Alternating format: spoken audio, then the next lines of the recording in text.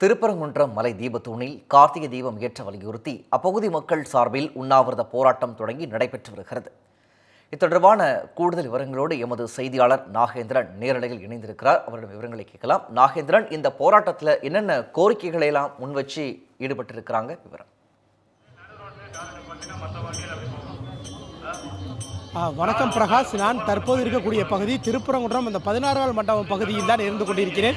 இந்த பகுதியில் தான் திருப்பரங்குன்றம் மலை உச்சி இருக்கக்கூடிய தீபத்தூணில் தீபம் ஏற்ற வலியுறுத்தி அந்த கிராம மக்கள் இன்று காலை முதல் அந்த உண்ணாவிரத போராட்டத்தில் ஈடுபட்டிருக்கிறார்கள். தற்போது அந்த காட்சிகளை நமது ஒளிப்பதிவாளர் தினேஷ்குமார் காட்டிக் கொண்டிருக்கிறார். இந்த பகுதியில் சுப்பிரமணிய சுவாமியின் அந்த படத்தை வைத்து அவர்கள் முதலில் பூஜை செய்தார்கள். அதே போன்று அந்த பகுதியில் ஒரு குத்துவிளக்கு வைத்து அவர் விளக்கு ஏற்றி இந்த பூஜையை தொடங்கி இருக்கிறார்கள். இந்த பகுதியில் இந்த திருப்பரங்குன்றம் சுற்றுவட்டார பகுதியில் இருக்கக்கூடிய கிராம மக்கள் சுமார் 100க்கும் மேற்பட்டவர் தற்போது அவர்கள் இந்த உண்ணாவிரத போராட்டத்தில் பங்கேற்றிருக்கிறார்கள். குறிப்பாக பார்க்கலாம், இந்த பகுதியில் பெண்கள் அதிக அளவில் வந்திருக்கக்கூடிய அந்த காட்சிகளையும் பார்த்து கொண்டிருக்கிறோம். இன்னும் அதிக அளவில் அந்த பெண்கள் மற்றும் பொதுமக்கள் வந்து கொண்டிருக்கிறார்கள்.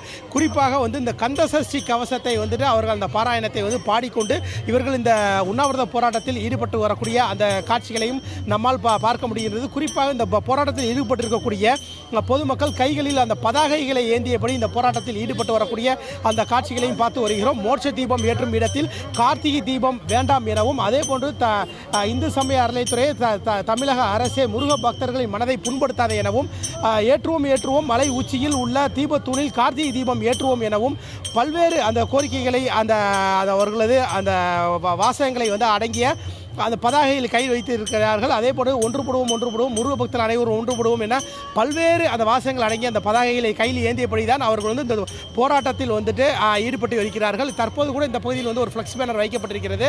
திருப்பரங்குன்றம் மலை உச்சி இருக்கக்கூடிய இந்த தீபத்தூண் தான், இதுதான் அந்த தீபத்தூண். இந்த தீபத்தூணில் தீபம் ஏற்றுவது போன்ற ஃப்ளெக்ஸ் பேனரும் வைக்கப்பட்டிருக்கிறது. அதே போன்று இந்த உண்ணாவிரத போராட்டம் நடைபெறும் அந்த சாமியான பந்தல் அமைக்கப்பட்டுள்ள அந்த பகுதியில் முருகனுடைய கொடிகள் அதிக அளவில் பறக்கப்பட்டிருக்கிறது. அதே போன்று இந்த திருப்பரங்குன்றம் 16 மண்டபம் முழுவதுமே அந்த முருகனுடைய கொடிகள் பறக்கப்பட்டிருக்கு.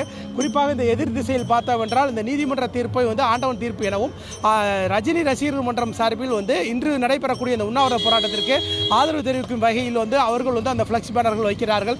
இதே போன்று பல்வேறு அமைப்புகளை சேர்ந்தவர்களும் பல்வேறு சங்கங்கள் சார்பிலும் இவர்கள் இந்த உண்ணாவிரத போராட்டத்திற்கு ஆதரவுகளை தெரிவித்து அவர்கள் இந்த போராட்டத்தில் ஈடுபட்டு வரக்கூடிய அந்த காட்சிகளையும் பார்த்து வருகிறோம். குறிப்பாக தொடர்ந்து அந்த கந்த சஷ்டி அந்த பாராயணம் என்பது தொடர்ந்து அந்த இசைத்து கொண்டே இருக்கிறது. இங்கு இருக்கக்கூடியவர்கள் அந்த முருக பக்தர்கள் மற்றும் அந்த கிராம மக்கள் தன்னெழுச்சியாக இந்த போராட்டத்தில் அந்த பங்கேற்கக்கூடிய அந்த காட்சிகளை நம்மால் பார்க்க முடிகிறது. இந்த நிலையில் இந்த போராட்டத்தில் ஈடுபட்டிருக்கக்கூடிய அந்த கிராம மக்கள் நம்மிடம் இருக்கிறாங்க. அவங்களுமே கேட்கலாம். ஐயா, இப்போ நீங்கள் எந்த பகுதியிலேருந்து வந்திருக்கீங்க? இப்போ இந்த உண்ணாவிரத போராட்டத்துக்கான முக்கியமான காரணம் என்னங்க? உங்களோட கோரிக்கை என்னங்க? அதாவது உயர்நீதிமன்றம் சொல்லியும் இந்த தீர்ப்பை ஏற்று தீபத்தூணில் தீபம் ஏற்றன்றது எங்களோட கோரிக்கை, நீண்ட நாள் கோரிக்கை. கிட்டத்தட்ட 35 வருடமாக நாங்கள் அதை கேட்டுக்கிட்டு இருக்கோம். இடையில ஒரு 25 வருஷத்துக்கு முன்னாடி உச்சி பிள்ளையார் கோயிலில் ஏற்றுறாங்க அந்த தீபத்தை நாங்கள் ஏற்றுக்கலை. அது மோட்ச தீபம் போடுற இடம். அப்புறம் அந்த தீபம் ஏற்றும் போது நாங்கள் போராடிக்கிட்டே இருக்கோம். நாங்கள் மலை உச்சியில் தீபத்தூணில் ஏற்றுங்க. இப்போ பார்த்தீங்கன்னா ஒரு தரப்பு தீபத்தூண்ணுது, ஒரு சர்வே கல்லுன்றது, ஒரு குரூப் என்ன கிரானைட் கோயில் நிர்வாகம் என்ன சொல்லுதுன்னா கிரானைட் கல்லுன்றது. இது வாதத்தை பாருங்களேன், அங்கே எப்படி இருக்குது. இதெல்லாம் கேலி கூத்தாக இருக்குது. இது எப்படின்னா ஒரு சட்டத்தை ஒரு அரசு மீறினா ஒரு சாதாரண மனிதன் எப்படி மீறாமல் இருப்பான்? நாங்கள் உயர்நீதிமன்ற அனுமதியை வாங்கி நாங்கள் எப்படி அவங்க சொன்னாங்களோ அதன்படி ஊர் மக்கள் சார்பாக உண்ணாவிரதம் இருந்துகிட்ருக்கோம். அதாவது பக்தி மார்க்கத்தோட எங்களுக்கு தீபத்தூணில் தீபம் ஏற்றும் என்பதே எங்களோட கோரிக்கை, நீண்ட நாள் கோரிக்கை. கிட்டத்தட்ட 30 வருஷம் 90லேருந்து இந்த போராட்டம் நடந்துட்டுருங்க. ஊர் மக்கள், நாங்கள் எந்த அரசியல் கட்சியை சார்ந்தவங்கள ஊர் மக்களோட உணர்வோடு இந்த உண்ணாவிரதத்துக்கு கலந்துக்கிட்டு இருக்கோம். குறிப்பாக நீதிமன்ற உத்தரவு பிறப்பிச்சிருக்கு.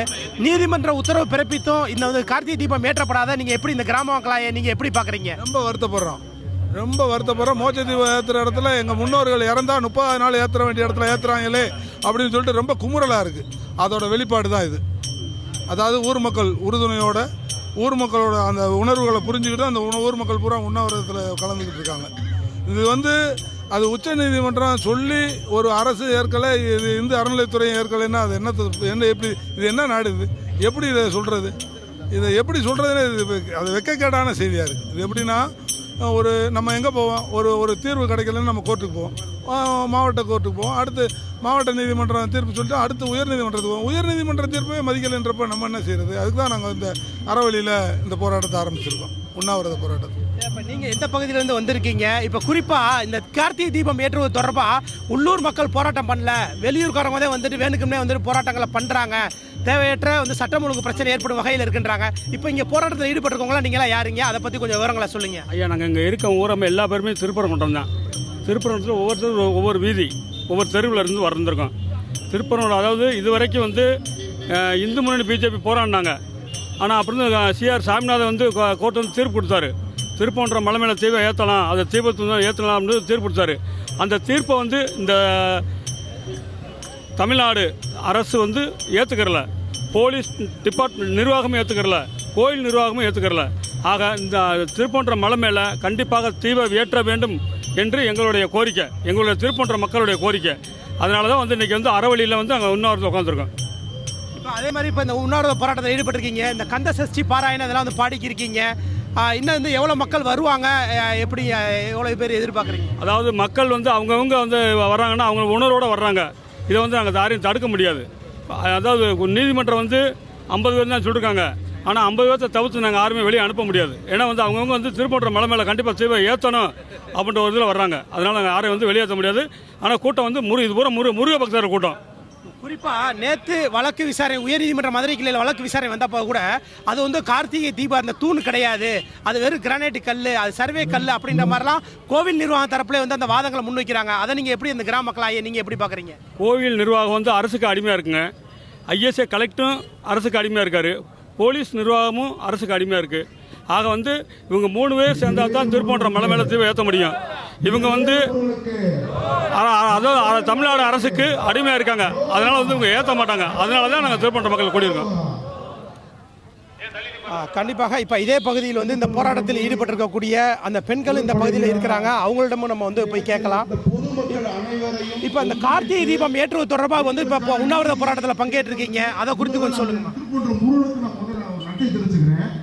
நான் வந்து இந்த திருப்பரங்குன்றத்தோட 300 வருஷத்துக்கு முன்னாடி பரம்பரையாக குடியிருந்துட்டு இருக்கிற ஒரு பொண்ணு. எனக்கு 70 வயசு ஆகுது.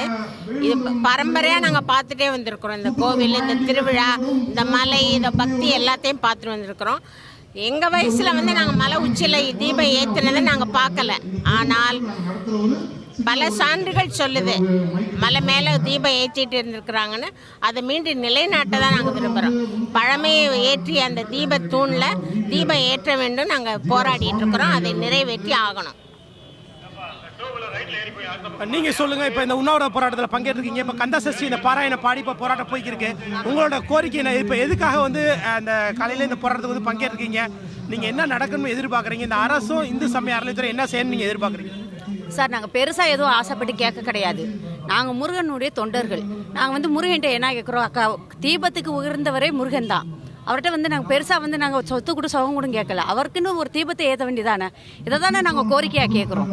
இதுக்கு செய்கிறதுக்கு உங்களுக்கு என்ன? நாங்கள் அதைத்தான் வந்து ரெக்வஸ்டாக தான் நாங்கள் கேட்குறோம். எங்களுக்கு அந்த தீப வழிபாடு மட்டும்தான் நாங்கள் பண்ணுறோம். மற்றபடிக்கு நாங்கள் வந்து கெடா விட்டுறோம், அதெல்லாம் எதுவுமே நாங்கள் பண்ண கிடையாது இல்லையா. அதனால் எங்களுக்கு தீபம் வந்து ஏற்றுறதுக்கு அனுமதி கொடுங்க. தமிழக அரசும் இந்து சமய அறநிலையத்துறை என்ன சொல்கிறாங்கன்னா, நாங்கள் தான் தீபம் ஏற்றிட்டோம்ல, இப்போ தான் நாங்கள் உச்சி பிள்ளையார் கோயிலில் ஏற்றிட்டோம், அதுதான் எப்பயுமே ஏற்றக்கூடிய இடம். அதே மாதிரி மலை உச்சியில் இருக்கக்கூடிய தீபத்தூணில் ஏற்றுற அந்த மாதிரி வந்து இது வரைக்கும் ஏற்றினதே கிடையாது அப்படின்ற மாதிரி சொல்கிறாங்க. அதை நீங்கள் எப்படி பார்க்குறீங்க? சார், இது வந்து தவறான செயல் தானே. கந்த சஷ்டிக்குன்னு உயர்ந்ததே வந்து முருகன் தான். அப்போ தீபத்துக்கு உயர்ந்தவரும் கார்த்திகை மைந்தனும் முருகன் தான். அப்புறம் அவருக்கு ஏற்றக்கூடாதுன்னு சொல்கிறது இது என்ன சார் நியாயம்? அது தவறான செயல் தானே நீங்கள் சொல்கிறது. நாங்கள் உங்கள்கிட்ட என்ன கேட்குறோம், எங்கள் கோயிலில் ஒரு உச்சியில் ஒரு விளக்கேற்றுங்க தானே கேட்குறோம். பெருசாக நாங்கள் என்ன கோரிக்கை வச்சிட்டோம்? அதைத்தான் நாங்கள் உச்சி பிள்ளையார் கோயிலில் ஏற்றிட்டோம், அது மேலே இருக்கிறது வந்து சர்வே கல்லுன்றது சொல்கிறாங்க. முருகனுக்கு ஏற்றுங்கங்கிறோம், எங்கள் முருகனுக்கு ஏற்றுங்கங்கிறோம். நாங்கள் உண்மையான ஒரு பக்தியில் கேட்குறோம். எங்கள் முருகனுக்கு நீங்கள் விளக்கேற்றுங்க, வேற என்ன பெருசாக கேட்டோம்? கண்டிப்பாக பிரகாஷ், இந்த பகுதியில் வந்து போராட்டத்தில் ஈடுபட்டிருக்கக்கூடிய அந்த பெண்கள் மற்றும் ஆண்கள் அனைவரும் இந்த கிராம மக்கள் பேசுகிற நாமளே வந்து கேட்டிருக்கோம். இவர்கள் வந்து இந்த திருப்பரங்குன்றம் மலை உச்சி இருக்கக்கூடிய அந்த தீப தூணில் கார்த்திகை தீபம் ஏற்ற வேண்டும் எனவும் அதனை வலியுறுத்தி தான் தங்களது இந்த உண்ணாவிரத போராட்டம், அந்த அறவழி போராட்டம் என்பது நடைபெற்று வருவதாகவும், ஆனால் தற்போது தமிழக அரசு ஏற்றிருக்கக்கூடிய அந்த இடம் வந்து மோட்ச தீபம் ஏற்றக்கூடிய பகுதி எனவும், அதனால் அந்த பகுதியில் ஏற்றுவதை வந்து நாங்கள் கார்த்திகை தீபமாக ஏற்றுக்கொள்ள மாட்டோம் எனவும், ஆகியவே வந்து நீதிமன்றம் உத்தரவு பிறப்பித்த மலை உச்சியில் இருக்கக்கூடிய அந்த தீபத்தூணில் கார்த்திகை தீபம் ஏற்ற வேண்டும் என்பதே எங்களது ஒரே கோரிக்கை எனவும், அந்த இடத்தில் வந்து கார்த்திகை தீபம் ஏற்ற வலியுறுத்தி தான் எங்களது இந்த போராட்டம் என்பது நடைபெற்று வருவதாக தெரிவித்து தொடர்ந்து இந்த போராட்டத்தில் ஈடுபட்டு வருகின்றனர். பிரகாஷ், இந்த போராட்டம் குறித்தான விவரங்களையும் காட்சிகளையும் கலந்துரையாடலையும் வழங்கியமைக்கு நன்றி நாகேந்திரன்.